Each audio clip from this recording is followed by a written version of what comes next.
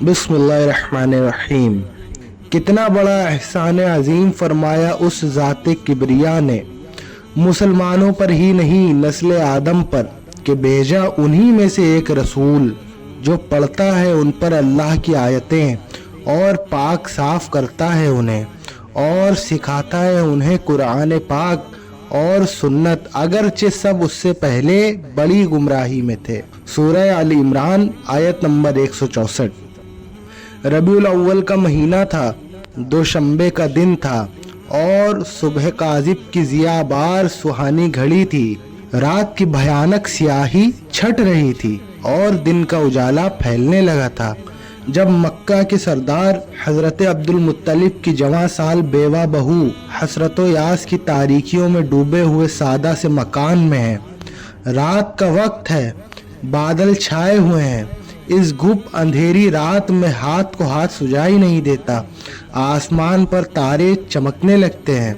मखलूक खुदा को कदरे सहूलत हो जाती है। वो सितारों की रोशनी में सफ़र करते, रास्तों का पता लगाते और सिमत मालूम करते रहते हैं।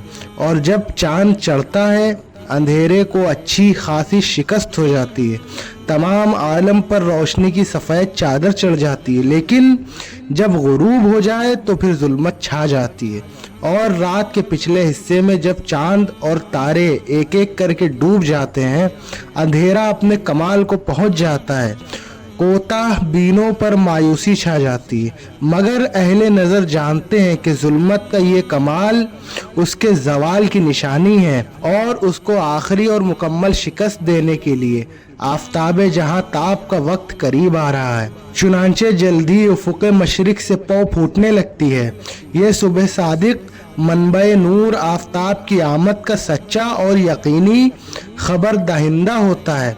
चुनांचे थोड़ी ही देर गुजरती है कि सैयारों का बादशाह जलवा अफरोज हो जाता है और उसकी पहली ही किरण तारीकी के लिए पैगाम मौत साबित होती है। मेरे ख्याल में बेआईनी ही मिसाल काफ़ी है।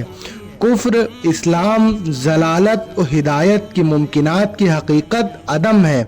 अदम से जुल्मत और शर लाजिम व मलजूम है। जब अल्लाह ताला ने आलम इम्का पैदा फरमा कर उसमें अशरफुल मखलूक हज़रत इंसान को भेज दिया तो अज़ राह करम साथ ही वही आसमानी की रोशनी भी भेज दी।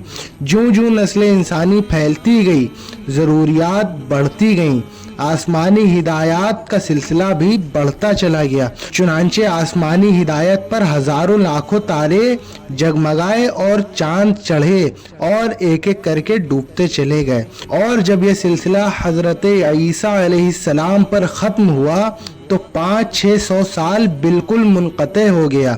अहले आलम कुफ्र जलाल और इसियां तुग़यान के अंधेरे में जो निहायत भयानक खौफनाक था गुम हो गए।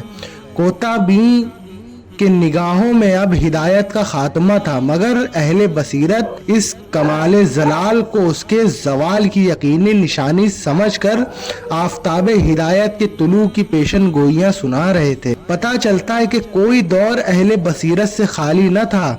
आने वाली ज़ात ने अपनी नूर बसीरत की शुआएं कायनात में पहले ही फैला रखी थी, जिनके फैज़ का असर था कि हर दौर अहले बसीरत का मोहताज था।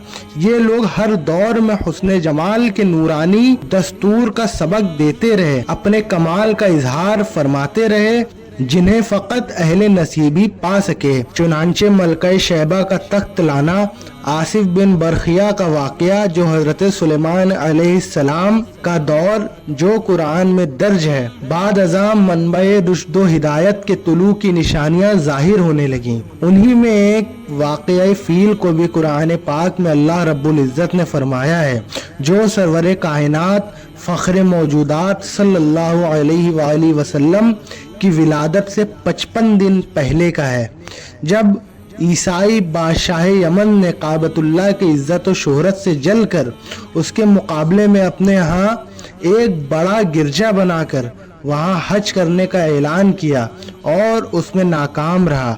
फिर उसने अपनी नाकामी से मुतासिर होकर हाथियों के लश्कर से मक्का मुअज़्ज़मा पर चढ़ाई कर दी ताकि काबा शरीफ की ईंट से ईंट बजा दी जाए। एक दिन उसके लश्करी حضرت عبد المطلب کے اونٹ ہانک کر لے گئے۔ حضرت عبد المطلب قریش مکہ کے سردار اور سرور کائنات کے جد امجد تھے۔ وہ لشکر کے سردار ابرہہ کے پاس گئے۔ ابرہہ نے بڑا احترام کیا اور آنے کی وجہ پوچھی تو آپ نے اونٹوں کی واپسی کے لیے کہا۔ ابرہہ نے تعجب سے کہا کہ ہم آپ کے کعبے کو ڈھانے کے لیے آئے ہیں اور آپ اپنے اونٹوں کی فکر کرتے ہیں۔ آپ نے جواب دیا کہ کعبے کا مالک موجود ہے، وہ جانے یا تم، میرے اونٹ مجھے واپس کرو۔ اونٹ واپس کر دیے اور ابرہہ حیران ہوا اور لشکر کو حملہ کرنے کا حکم دیا۔ ادھر ذات کبریا نے ابابیل کا لشکر بھیج دیا جن کے منہ میں چھوٹے چھوٹے کنکر تھے، ہاتھی کے سوار کو لگتے اور ہاتھی کے پیٹ سے گزر جاتے۔ تھوڑی سی دیر میں ابابیل کے لشکر نے ابرہہ کے لشکر کا نام و نشان ختم کر دیا۔ وہاں پرانا بھوسا ہی نظر آتا تھا جو اللہ قرآن پاک میں ارشاد فرماتا ہے، ترمیہم بحجارۃ من سجیل فجعلہم کعصف مأکول۔ ترجمہ، جو انہیں کنکر کے پتھروں سے مارتے تھے تو انہیں جانوروں کے کھائے ہوئے بھوسے کی طرح کر دیا۔ ابرہہ کا لشکر مئے ہاتھیوں کے تباہ ہو گیا۔ بہرحال یہ واقعہ ارہاسات میں شمار کیا جاتا ہے۔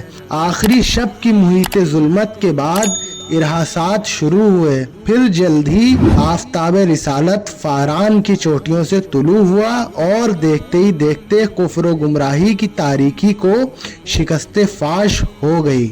حضرت انسان کی قسمت چمکی، اس کو تکمیل دین کا پیغام ملا، کسر رسالت کی آخری اینٹ بھی لگ گئی، شریعت مکمل ہو گئی۔ قیامت تک کے لیے جن و انس کو ایک ہدایت نامہ دے دیا گیا، جس نے اس کو مشعل راہ بنایا وہ منزل مقصود کو پہنچا، جس نے اس سے بے اعتنائی برتی اوندھے منہ گرا، اسفل سافلین جا پہنچا۔ آج تک بے شمار مثالیں موجود ہیں۔ آفتاب کے وجود پر دلائل قائم کرنے کی ضرورت نہیں ہوتی، اس کا وجود خود اس کا ثبوت ہوتا ہے، پھر مشاہدے سے بڑھ کر کون سی دلیل چاہیے۔ سرور کائنات صلی اللہ علیہ وآلہ وسلم جو یتیم پیدا ہوئے، چند سالوں میں والدہ نے بھی داغ جدائی دے دیا، 8 سال کی عمر میں جد امجد کا سایہ بھی سر سے اٹھ گیا، پیارے اور شفیق چچا کا سہارا بھی نہ رہا، اور ڈھارس باندھنے والی اللہ کی نیک بندی حضرت ختیجہ نے بھی دار فانی سے رحلت فرمائی۔ کفار نے ہجوم کیا، سردار دو جہاں محبوب کبریا حضرت محمد مصطفیٰ صلی اللہ علیہ وآلہ وسلم کو وطن اور سب کچھ چھوڑنا پڑا، مدینہ منورہ میں جا کر قیام فرمایا، لیکن ابھی دنیا نے بہت کچھ دیکھنا تھا۔ قریش اور باقی قبیلے چاروں طرف سے مدینہ شریف پر حملہ آور ہو گئے۔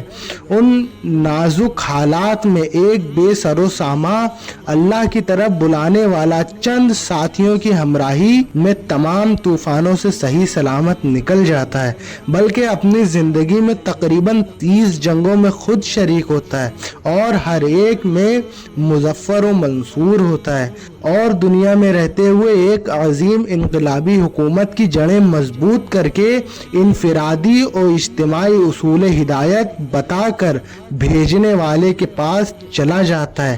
کیا یہ آفتاب خود اپنے آفتاب ہونے کی دلیل نہیں؟ هو الوارث الکریم۔